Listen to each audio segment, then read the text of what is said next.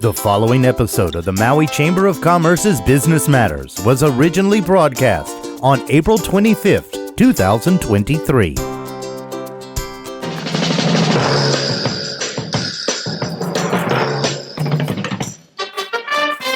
It's time now for Business Matters, brought to you by McKelvey Airlines with your host, Pam Toonpop. Good morning, Pam. Hey, good morning, Jerry. How are you today? Very good.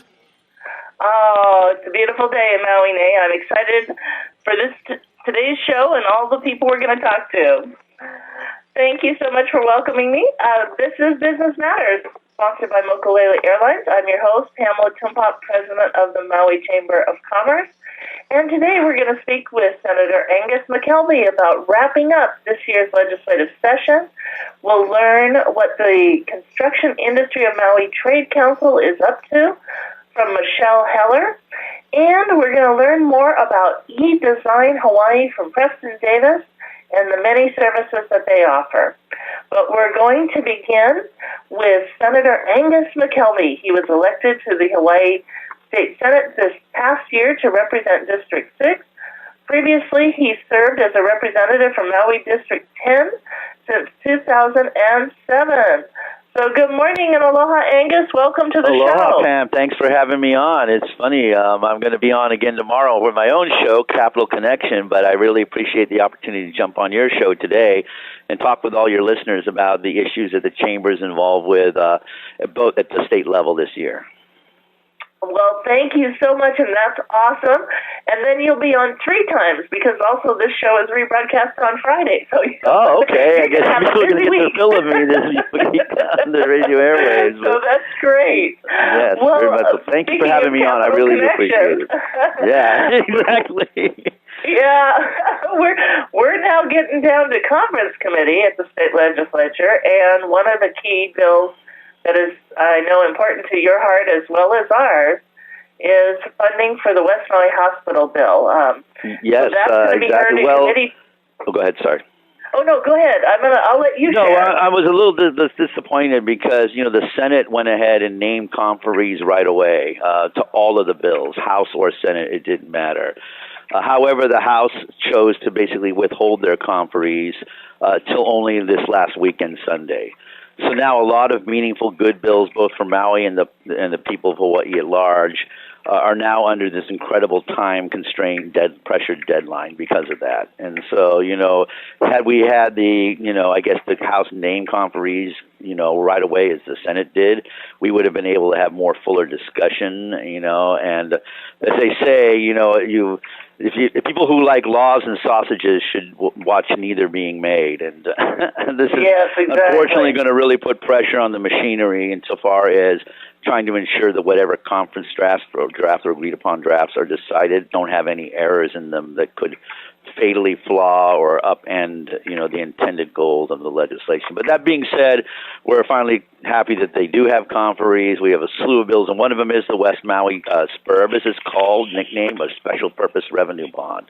And a lot of people don't even know what that is. And they go, well, what's a SPURB? It's a Special Purpose Revenue Bond. And briefly for your listeners, they're a special type of municipal revenue bond that's authorized by the Hawaii State Legislature to provide loan financing to assist qualifying private capital improvement projects. In this case, the West Maui Hospital. And it's important to note that even though it's been nicknamed the West Maui Hospital, it's really a critical access hospital, or a CAH. And a CAH has to work in conjunction with a Level 2 trauma center, which is, of course, what Maui Memorial is.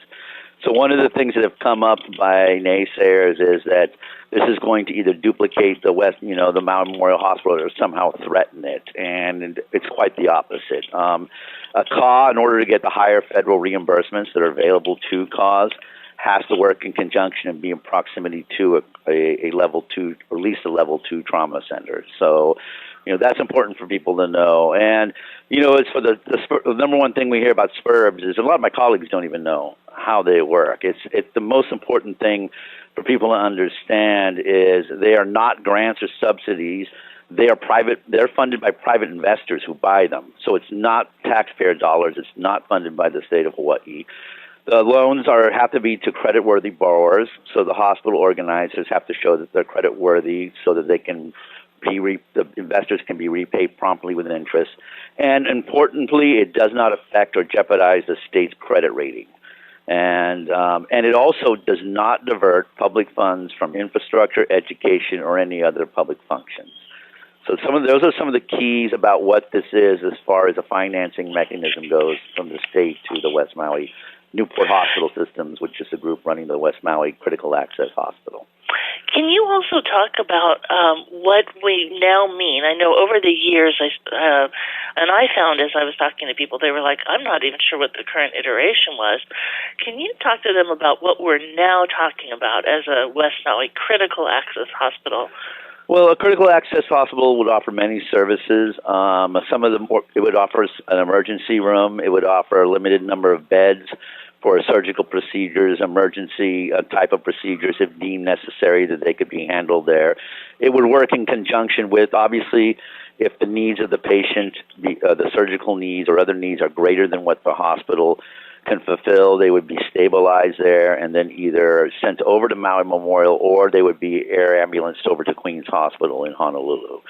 There's been one of the discussions in the latest the plans that are being proposed is going to provide much critically needed office spaces. That's one of the things that really hurts with our supplies of physicians is not having types of office spaces, those that are that are next to each other in a common facility with a common IT infrastructure, to be able to provide for practices for both GPs and specialists. And I believe that as part of the long-term build-out, they're also looking at potentially having long-term care, which has been desperately, in need in the West Maui area for years. Having a long-term care facility next to a critical access hospital will help with payments and other things for the long-term care facility.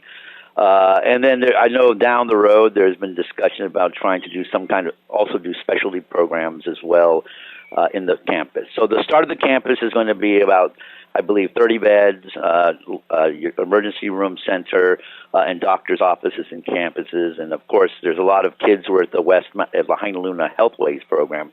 Yeah. They're excited about potentially graduating there, going to the John Burns School of Medicine or another type of medical school, and then coming back and being able to work there. And, one of the things that's come up by those who are been opposed or have concerns is that they say, oh, well, if this facility, stands up, then it's going to take away doctors and nurses from Maui Memorial. Well, this facility hasn't even been built yet, and last time I checked, there's already a shortage of nurses in Maui Memorial. So I think that's kind of a red herring. I don't think that will happen. I think, though, the fact that you have people from Lahaina side who envision themselves working there is a good thing.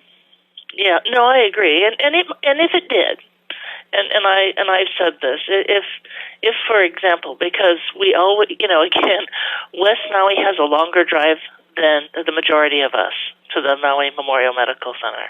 Mm-hmm. We talk about that length of time and what that means in critical care and the need for an emergency room. And if we did lose a few people, but they're then providing care mm-hmm. in that critical area, eliminating that drive and saving more lives, is it worth it? Yeah, right. You're always going to see something switch up. But not only that, but that argument, if that argument were applied across the board, you could say the same thing about the Kula Hospital. You know what I'm saying? I mean, or other types of emergency care and other types of practices that are in other parts of the island. I think, as I've discussed with one of the people who had those concerns, we really need to do is look at the global issues. We're working with DCCA on the licensing of nurses.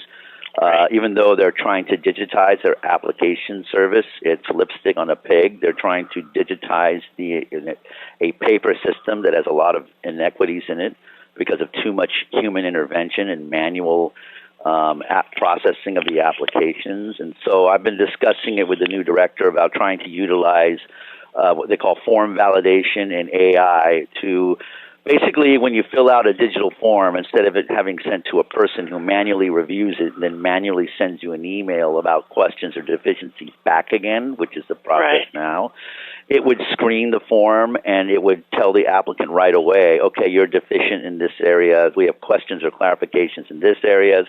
So they can self-correct most of it on their end so that when the application finally does reach a human being at Professional Vocational Licensing, PVL, it's pretty much almost, certain it's going to be like 95%, 98% there. That's right. And the technology allows us to do that. Right. Yeah. Yeah, that's brilliant. Let's leverage that new technology. Exactly, and that's why I'm pushing for a G5 migration for all of state government, is because there's a lot of tools, especially applied across the spectrum to all the different agencies, that can be used to make, the functions more efficient. And we have a lot of vacancies in state government all over the place, and so it's upon us to ensure that we are utilizing technology and migrating to the latest government service level, G5. So there's another thing of G5 for state workers if they use, a collaboration program, which the state uses now. There's an AI feature which allows, if you miss a meeting, it will actually go back to the meeting and pull out all the highlights and create a quick series of quick notes of what happened.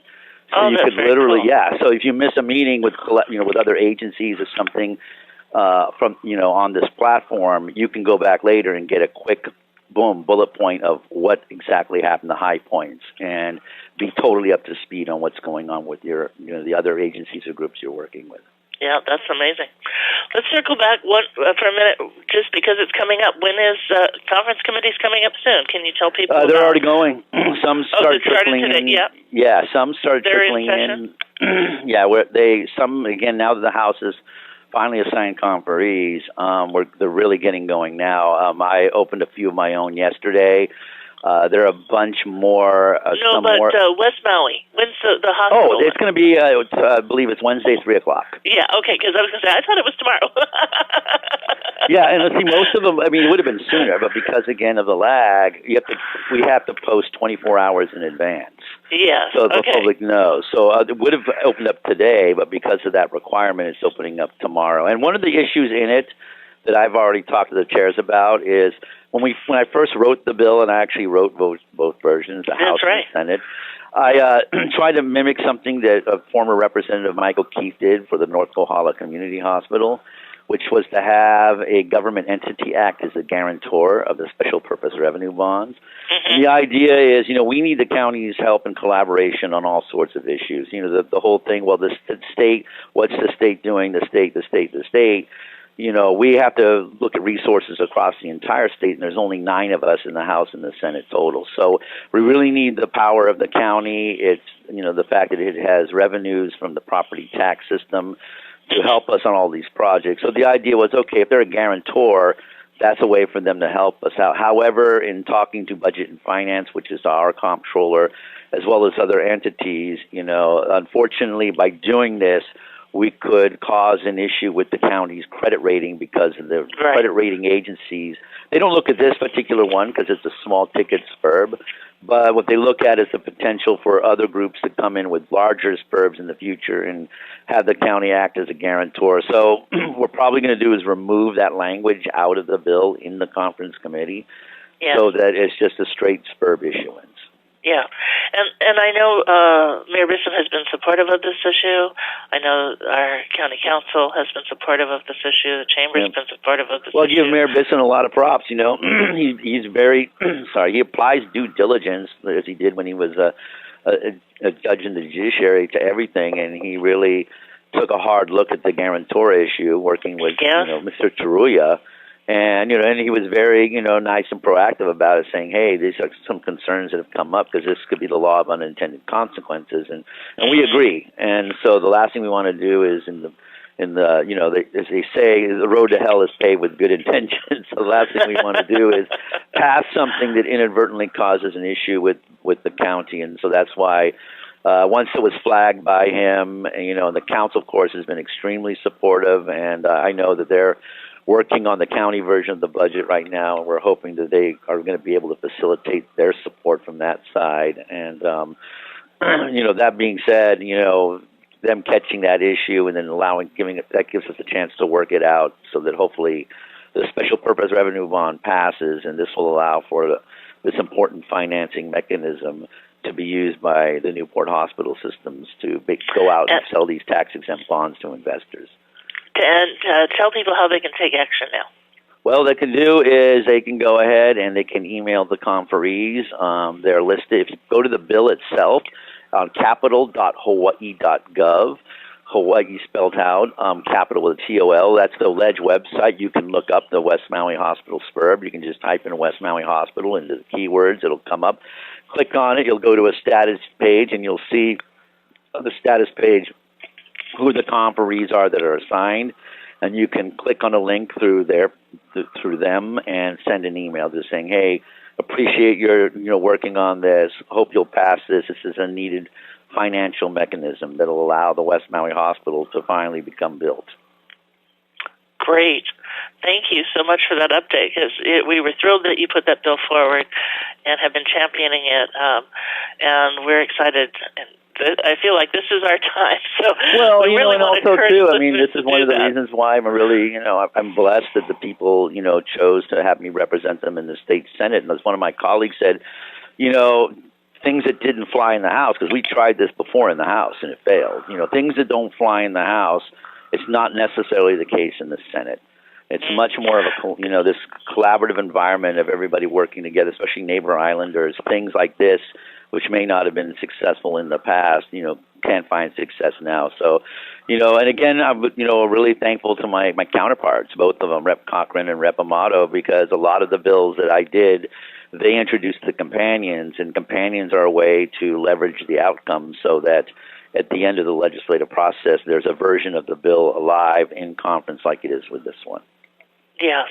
And they're serving, Therese is serving in conference committee, as is Ellie, so that's good. Yeah, they're both on there. So and she's what they call the finance designee, which is great because she represents the finance committee. And in order for the SPURB to go to the final vote in the governor's desk, the finance committee has to release it through memorandum. And because she's a member of the committee and she's the finance manager, she'll be able to, usher, support, and get the release memo, hopefully, from the finance committee to go ahead and have it go up to the governor after a final vote.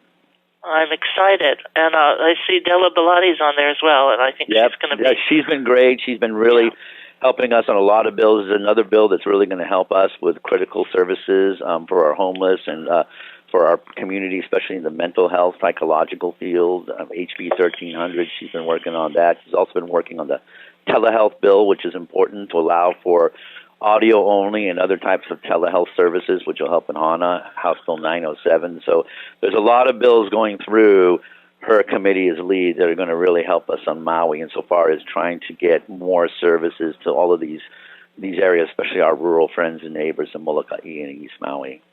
Yeah. Well, I think you've done a yeoman's job getting it to this point. We are encouraging everybody in the community to still reach out to our Maui delegation, reach out to conferees. It's really in their hands, but we want to leverage our team. And, I think it's important because, even though it is in the conferee's hands, it shows there is support from one of the naysayers was like, well, there's no support from the community for this. And so I thought it was very nice to see a whole bunch of emails and texts come flooding in after that. And so I think it shows there is a lot of support for this.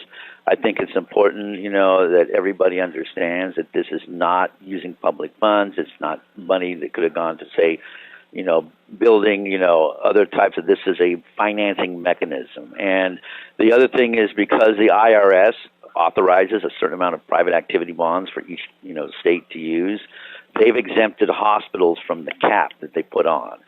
So the concern was, well, private activity bonds are also used for LIHTC or low-income tax credits for affordable housing, but this would not count towards that cap, which, of course, is important to preserve for our LIHTC affordable housing projects.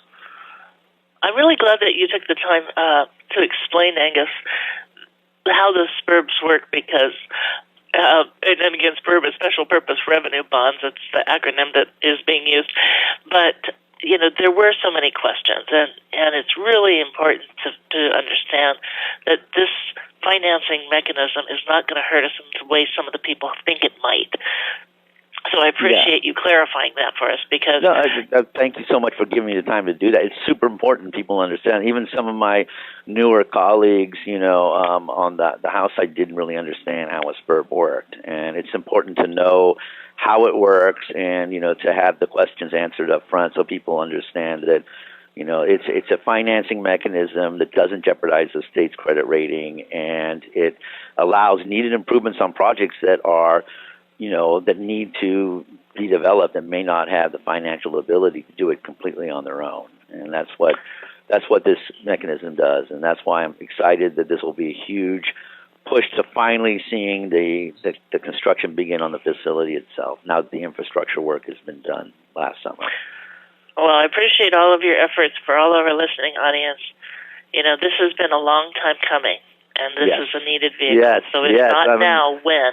And I agree. And exactly. And, there's other things, too, that we just passed the Senate's version of the budget out last week. And while the House didn't have it in its version, I'm hopeful it will survive the reconciliation process. But we also secured funding, $70 million in the Senate version of the budget for the Lahaina Bypass North, another $15 million for the grade-separated overpass for Kalaniʻi High School to completely open, as well as money for flood control work at the two gulches there in South Maui, and $45 million to start immediate teacher housing by converting the old Hagai Institute Maui Hotel into a new facility that would house teachers and other public workers from the county as well.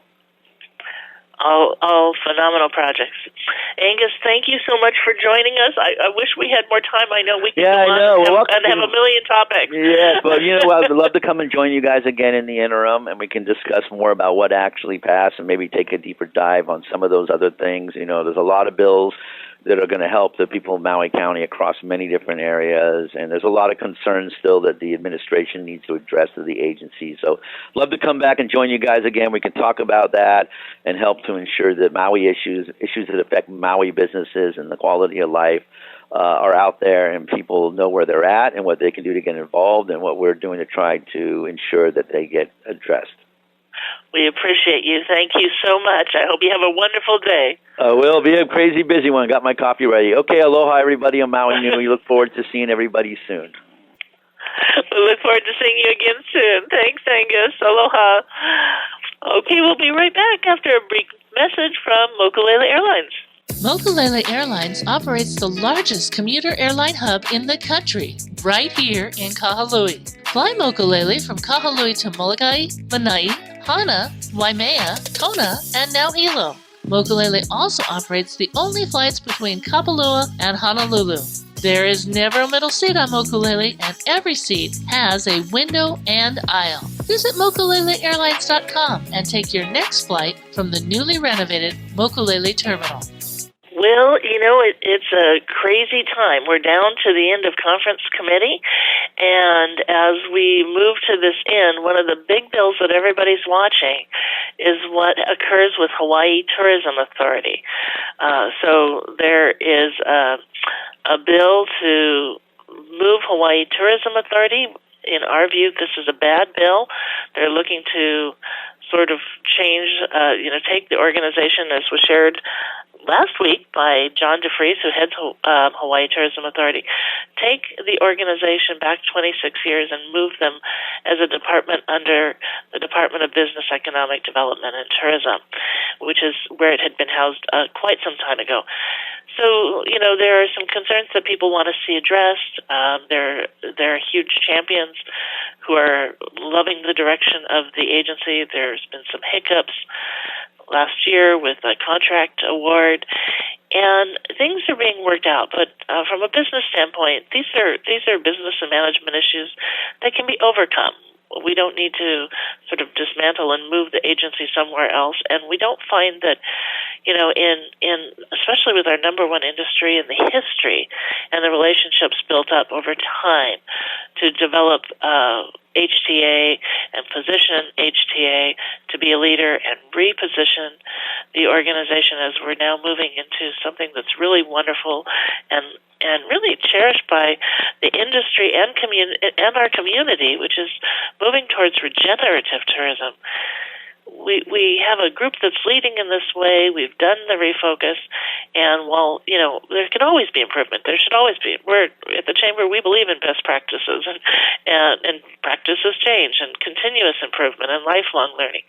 We can always make modifications, but we just don't see that the dismantling of the organization and moving it under DBED is helpful, and we feel that the University of Hawaii Economic Research Organization, known as UHERO, tried to help the legislature by saying, study the models, look at other tourism models, and let's explore what we think is the best of the best.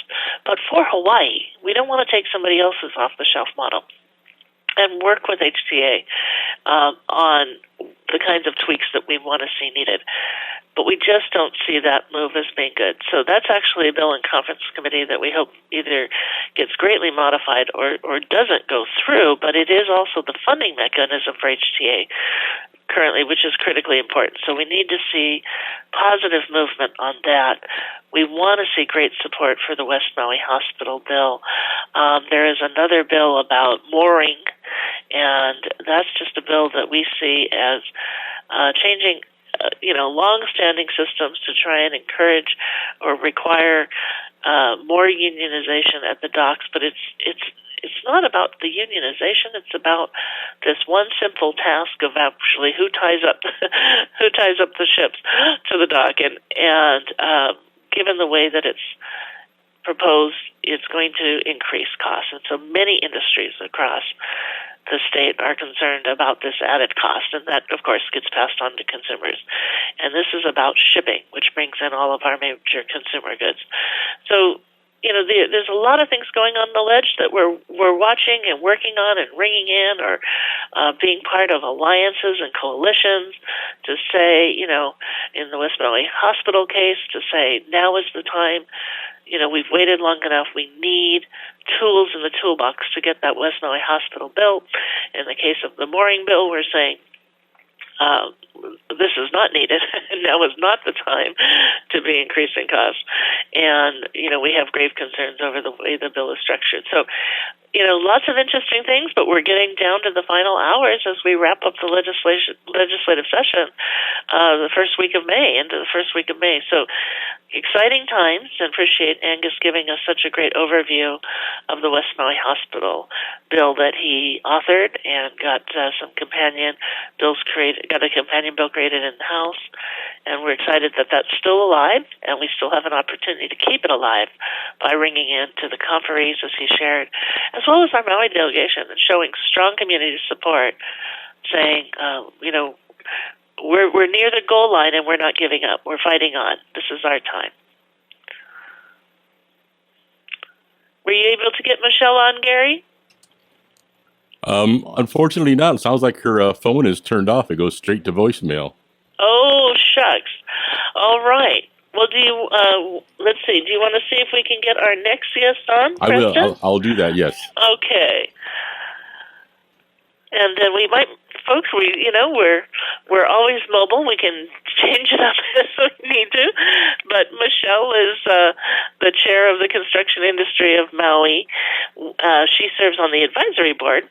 And if you're not familiar with the construction industry of Maui, it is a trade council of the Maui Chamber of Commerce to give the construction industry on Maui a voice, both in the community, in their industry, in legislative processes, and more at the county and state level. And Michelle has been on the advisory board since 2017, and an amazing and strong champion for the organization. So we wanted to hear from her and get updates on where, and it's known as CIM, Construction Industry of Maui, so CIM. Get updates on what CIM has been working on, some of the challenges that they've been trying to tackle, as well as some of the amazing things they do in terms of community service. So we hope to get her on soon. That'll be awesome. And we realize that her phone is saying it's not accepting calls at this time. So we'll see if we can't switch over to what was meant to be our last guest of the show, which is Preston Davis of eDesign in Hawaii. And this will be an earlier call for him. He wasn't expecting to hear from us. We have Preston on the line. Great. All right. Well, aloha, Preston. How are you today? Aloha, I'm doing well. How are you doing? I am wonderful. Thank you so much. I know we're calling you a little bit early, but so glad to have you on the call, and we're excited to learn more about eDesign Hawaii and the kinds of services you offer. Tell everybody how you got started and the services that you folks share with our community. Yeah, absolutely. So we've got started around 2006. The founder and owner at the time was a fellow named John Miller. He was young and hungry and decided to get into smart home automation after the financial market didn't work out for him. So I'm not sure if that was a great decision or not.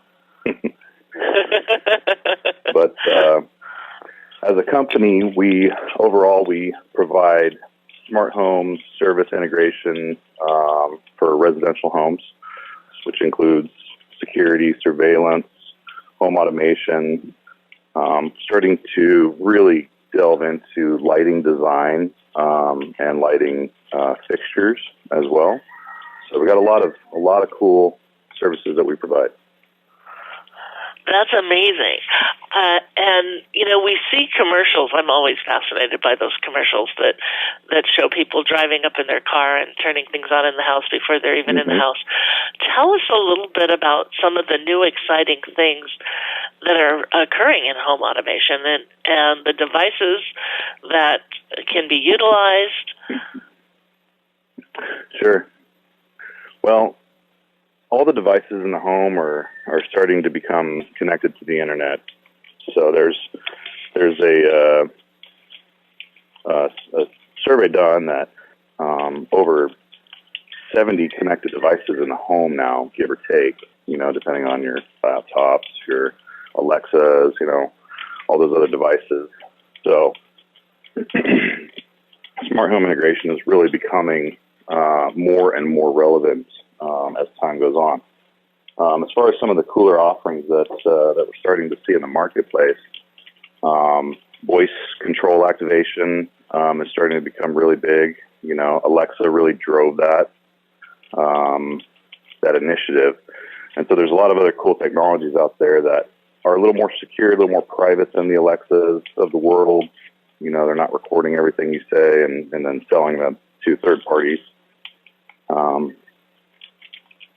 Some of the other cooler technology that we're really seeing actually nowadays is in lighting and lighting technology. So some of the go ahead. I was going to say, walk people through, for example, what does that look like or feel like as you come home or leave your home, and what are some of the key features that people really enjoy? Sure. Well, it all comes down to, kind of starts with safety and security. So when you come into the home at night and you got an armful of groceries, walking into the house and hitting a button that turns on a line of lights that goes to your kitchen or your bedroom, so you're not walking into a dark home. In conjunction with that, if you can ask your home, hey home, turn on the lights in the kitchen. Let's hear some jazz in the living room. Go ahead and raise the shades up 70% and turn the TV on to the 9 o'clock news. And then everything will just start happening for you. Yeah, that's fascinating. That's fascinating. There's a commercial on TV where they show a bunch of appliances, and then they say, "Oh my God, not another appliance! Everything's going to shut down," and the appliances are all screaming. Is there a point where we look at overload? How much does this change our electricity bill at all? No, not really. I mean, electricity is electricity, so you're going to use what you use. What this does is this kind of works alongside that. So overload on the electrical bill really isn't a problem. Not only that, integrating with solar and battery backup storage devices is becoming a lot more popular in the home these days. And what about overloading your internet connection? How does that work? And how did are these high bandwidth issues? They are, yeah, actually. So the network's the most important part of the home. So having a good, stable network, it's kind of the backbone of your system. So that's one of the offerings that we do provide. Having a solid, stable connection to connected devices, having the correct IP addresses, MAC addresses,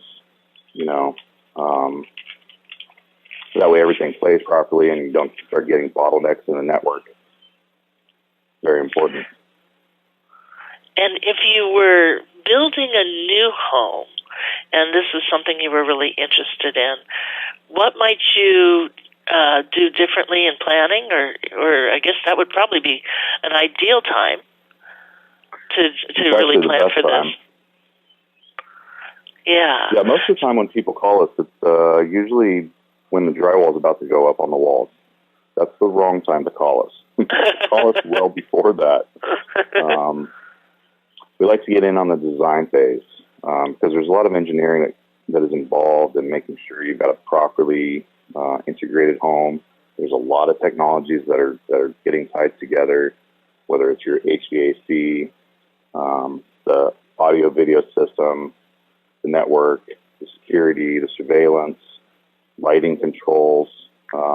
It takes a lot of effort to kind of make sure that all of those work seamlessly. So yeah, getting in on the design phase and planning proper execution is key. Yeah. Early as possible is what I say.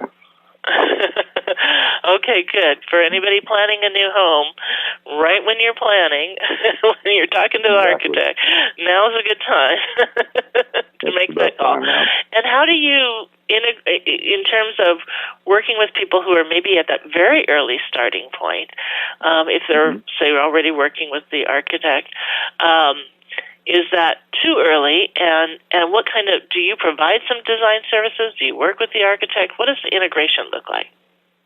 Yeah, absolutely. Well, again, it's never too early to get an AV integrator involved because we're touching every aspect of your home. So when you're planning the house with the architect, of course, you're going to go through the design stages of how the house should look, how it should be built, how you're going to use it.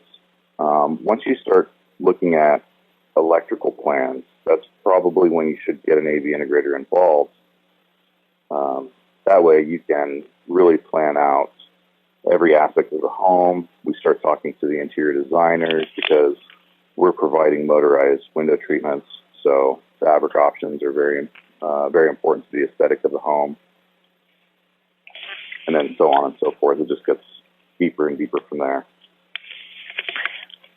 I just am so fascinated by that. And then for those who are not building a new home, but they're thrilled by these new technologies and want to integrate them in their home, how does that renovation look like? Sure. Well, there's lots of options for retrofitting a house. There's wireless options.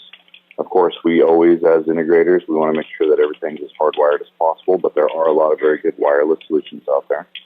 And kind of the same principle. So you've already got the house built, you're already living in it, you know how you want to use it.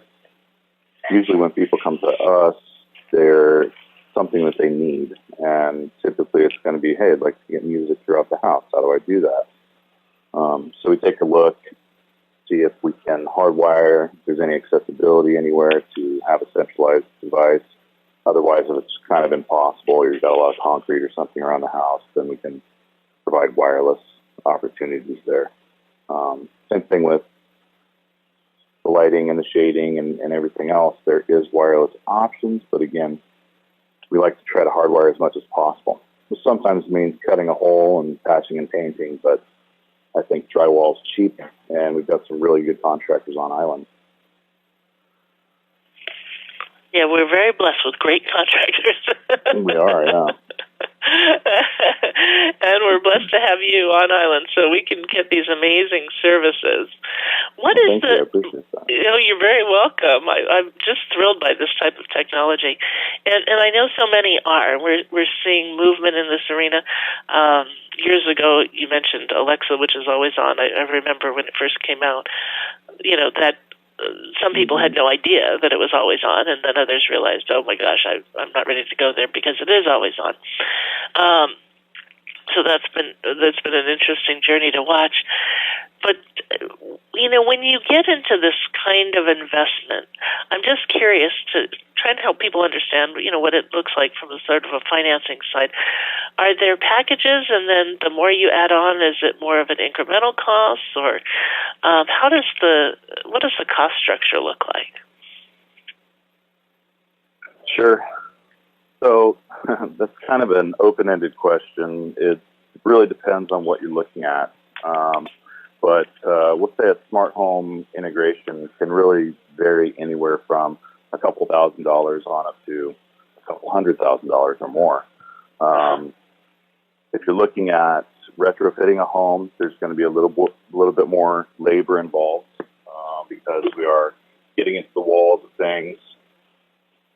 If you're looking at a new construction house, however, you're probably going to have a little bit more involved in the design and the engineering and those elements, which make for a better, more consistent integrated home, but they can also get fairly pricey too.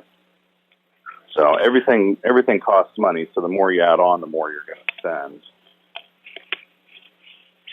Well, that's good to know. It's just a matter of your budget and what you're willing to take it to. And as you said, everything's going to be so different. So I'm guessing that, for example, that the runs on the size of your home, the amounts of lights, and the how far the run is from one area to another, all those things add up. Exactly. Yeah, the bigger the home, the more square footage you have, the more devices you're likely going to have. Yeah. Yeah. Very exciting. And does that even include like garage doors and things like that as well, or? Yeah, we can incorporate garage doors. We can incorporate pool systems. We can incorporate fireplaces, tiki torches. You name it. The sky's the limit. If you think about something and you're wondering if you can control it, you likely can. It's just a matter of figuring out how to do it. And basically, what they should do is just give you a call and get started. Yeah, put down their list of their dreams and then get started and give you a call. Preston, tell us how everybody can reach you. Sure. So we've got a website, edesignhawaii.com. You can also reach us by phone. Our office is 808-495-4344. And then we've also got a couple email addresses that would be sales@edesignhawaii.com. And you can also reach me directly, Preston@edesignhawaii.com. All right. Well, thank you. I want to encourage you. They have a beautiful website, so take a look. It's exciting to see. And actually, you get to see members of the team right on there. So you get to see the people you'll be working with. You're going to see some gorgeous photographs. And I think this is a fascinating arena. So excited that you joined us, Preston. It's a beautiful home. Yeah, you've done a lot of amazing work. Well, thank you so much for joining us today. It's been great to have you on the show. Absolutely, my pleasure. Thanks for having me. Well, you have a beautiful day. You too. Aloha. Thank you. Aloha. All right. I understand Michelle Heller is on the phone. Is she? Oh. No. Oh, I'm sorry. Yeah. That's Amber texting me saying she's. Gary, I'm gonna. Did you turn on her? We'll talk for a quick minute. I'm gonna forward something to you. Okay. She finally turned on her phone? I'm not sure if maybe we have it. Oh, now I'm calling. So, folks, give us just a quick second, and maybe we could share a message by Mokulele Airlines, and we'll be right back. Mokulele Airlines operates the largest commuter airline hub in the country, right here in Kahului. Fly Mokulele from Kahului to Molokai, Lanai, Hana, Waimea, Kona, and now Hilo. Mokulele also operates the only flights between Kapalua and Honolulu. There is never a middle seat on Mokulele, and every seat has a window and aisle. Visit mokuleleairlines.com and take your next flight from the newly renovated Mokulele Terminal. Welcome back. Hold on, Pam. I'm going to try and call Michelle right now. Okay, great. Okay, we know Michelle's ready to join us and jump in. Michelle, as I mentioned, is the chair of the construction industry of Maui, and she's been on the advisory board since 2017. She opened Kind Paints in 2015 after graduating from the University of Hawaii Maui College with a BAS in Applied Business and Information Technology. Kind Paints is the only Benjamin Moore Paints independent retailer on Maui, and I'm sure you've heard her phenomenal commercials on radio. They are doing amazing things and have a great showroom in Kahului. But today she's going to update us on the construction industry of Maui and talk about some of the things that they're working on. Hi, Pam. Hey, good morning. So glad to have you on, Michelle. Aloha. Good morning. How are you? I'm good. Okay, I know we're going to kind of do a wiki update this morning, and I apologize. I know we've been trying to connect with you to get you on the show. Why don't we start with having an update on CIM and what CIM is doing? So the construction industry of Maui has been doing a lot of behind-the-scenes work with legislative bills that have come up.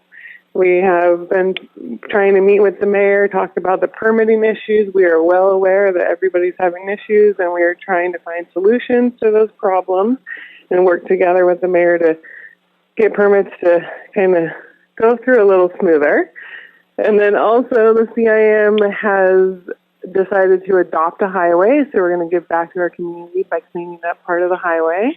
Oh, fantastic. Yeah.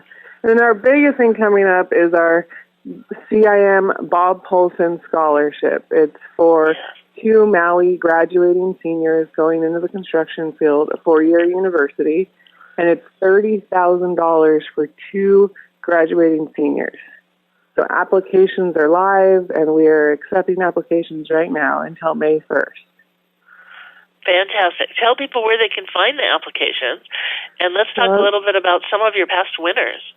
Yeah, CIMMaui.com is where they can find the application. They have to submit letters of recommendation, a 1,500-word essay, which is just a small essay in retrospect.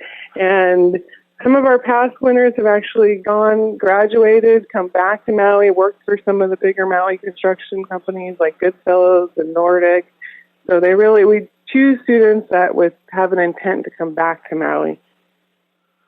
Yeah, it's really a phenomenal scholarship program, and the amount that you folks are giving out is tremendous. You have really jettisoned this program forward from where you first started.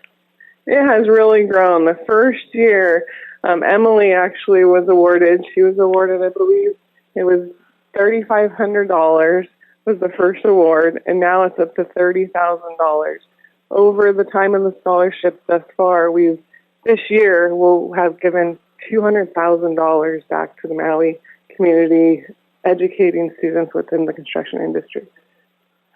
You know, you folks are doing such a phenomenal job and really looking to make sure that our youth have opportunities in this industry, whether they stay on Maui or whether they go off to college and come back.